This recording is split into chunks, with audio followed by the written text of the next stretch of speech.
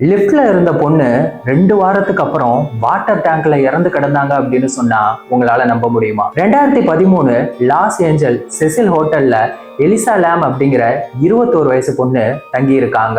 அவங்க மர்மமான முறையில வாட்டர் டேங்க்ல இறந்து கிடந்திருக்காங்க.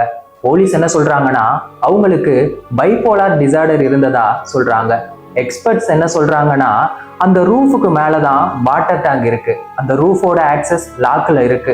அதையும் மீறி அங்க யாராவது போனா அலாரம் அடிக்கும். ஆனா அலாரமும் அடிக்கல. அந்த வாட்டர் டேங்கோட மூடி ரொம்பவே ஹெவியா இருந்திருக்கு.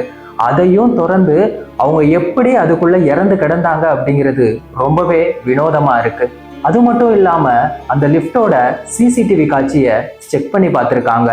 அதுல எலிசா லாமோட ஆக்டிவிட்டிஸ் எல்லாமே ரொம்பவே வினோதமா இருந்திருக்கு. இப்ப வரைக்கும் அவங்க இறந்தது மர்மமா தான் இருக்கு. இத பத்தி நீங்க என்ன நினைக்கிறீங்க அப்படிங்கிறத மறக்காம கமெண்ட் பாக்ஸ்ல சொல்லுங்க.